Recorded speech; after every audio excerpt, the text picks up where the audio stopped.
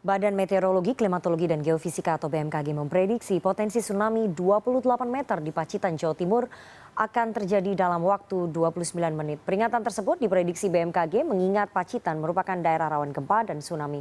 Bagaimana skenario mitigasi bencana yang mesti disiapkan pemerintah daerah? Untuk membahasnya lebih dalam, sudah bergabung melalui sambungan Zoom Bambang Praitno, Kepala Pusat Gempa dan Tsunami BMKG. Selamat sore Pak Bambang. Selamat sore Mbak Rifana. Oke Pak Bambang, ini hiruk pikuk kemudian di publik terutama di Kabupaten Pacitan, penjelasan BMKG soal kerawanan gempa dan tsunami 28 meter di Pacitan yang mungkin terjadi dalam waktu 29 menit ini seperti apa Pak Bambang?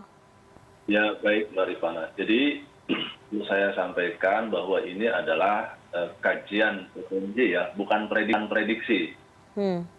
Jadi BMKG membuat pemodelan tsunami itu berdasarkan skenario terburuk, di mana sumber gempa yang digunakan dalam pemodelan tersebut berasal dari zona megatrust selatan Jawa Timur yang telah diteliti oleh para ahli kebumian dengan magnitudo tertarget di mana 28,7. Nah, karena kajian ini kajian potensi dan prediksi, maka kapan terjadinya tidak ada yang tahu.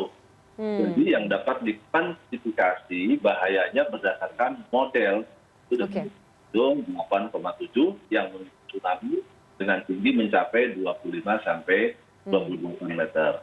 Tapi kapan itu terjadi? Ada yang tahu. Sehingga bahkan terjadinya tidak tahu, maka kita masih bisa menyiapkan mitigasinya secara konkret. Jadi masyarakat tidak perlu takut, cemas dan khawatir, tetapi harus ada progres mitigasi yang konkret. Pak Bambang, ini hanya terjadi kajiannya ataupun analisisnya menunjukkan hanya terjadi di Pacitan saja atau bisa di wilayah Jawa Timur lainnya? Hasil kajian pemodelan dari BMKG, Pak. Ya, jadi kalau kita melihat ya bahwa hampir seluruh wilayah Indonesia memiliki potensi bencana yang diakibatkan oleh gempa bumi dan tsunami. Nah, sumber gempa dan tsunami di Indonesia itu dipengaruhi oleh pergerakan 4 lempeng tektonik, itu Australia, Asia, Pasifik, dan Filipina, yang menyebabkan adanya pinjaman lempeng atau abduksi serta sesar aktif.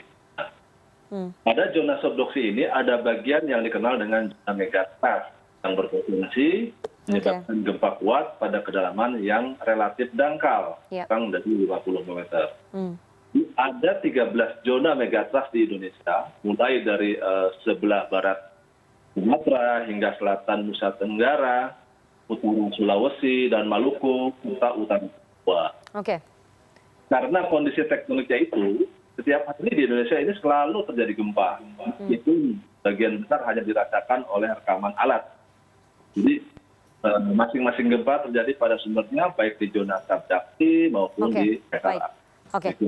Ya, Pak Bambang, kalau kita lihat catatan sejarah, Pacitan ini berulang kali memang diterpa bencana gempa dan tsunami dari tahun 1921, kemudian puluhan tahun berikutnya juga.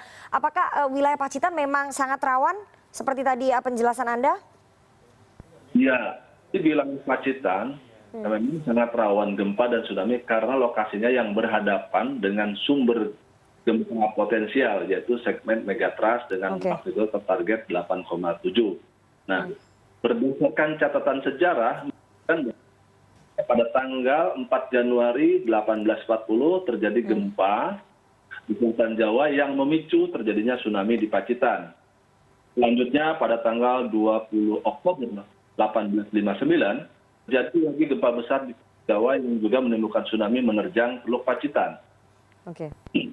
Lalu gempa besar Jawa kembali pada tanggal 11 September 1921, dan pusat gempa di zona Outer Rise Selatan Pacitan juga memicu tsunami dan tercatat di Cilacap, sehingga sangat mungkin tsunami juga terjadi di Pacitan.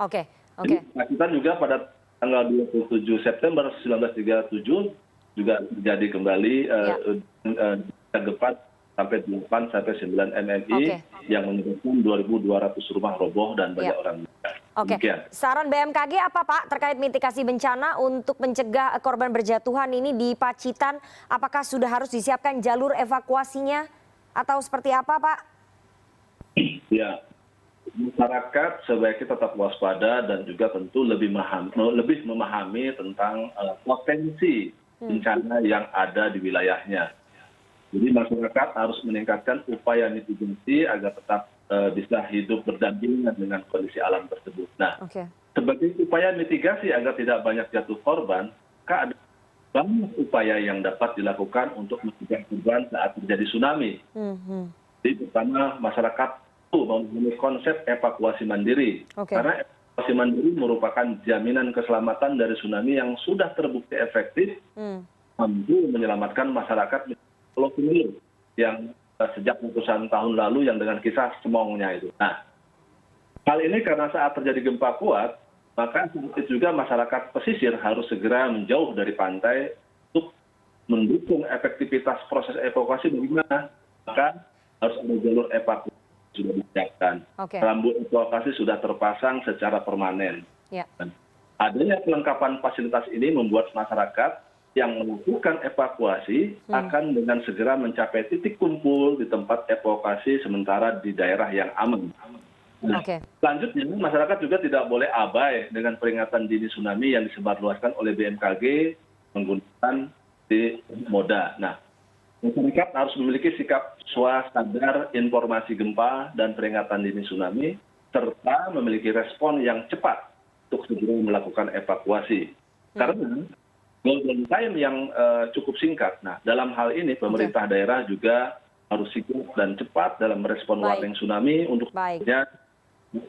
mengaktifasi sirine untuk perintah evakuasi kepada Baik, masyarakat pesisir Oke. agar jauh dari pantai jika terjadi gempa yang berpotensi tsunami. Terakhir, jika karena satu hal sebagian warga terlambat mengetahui adanya warning tsunami, maka penting bagi masyarakat memahami cara selamat dengan melakukan evakuasi vertikal secepatnya. Meskipun harus memanjat pohon, memanjat bangunan tower yang tentunya yang masih kuat ya, atau memanjat bangunan tinggi lainnya yang terdekat. Ini baik. yang adalah beberapa cara selamat dalam menghadapi tsunami. Oke, baik. Semoga masyarakat di Pacitan dan juga di wilayah Jawa Timur tidak panik dan pemerintah Kabupaten Pacitan serta pemerintah Provinsi Jawa Timur segera menyiapkan skema mitigasi bencana agar tidak jatuh korban begitu ya. Sekali lagi ini hasil analisis dari BMKG. Semoga itu tidak terjadi begitu ya. Terima kasih sekali Pak Bambang Praitno, Kepala Pusat Gempa dan Tsunami BMKG atas waktunya kepada CNN Indonesia Newsroom sore hari ini. Saya selalu Pak Bambang. Selamat.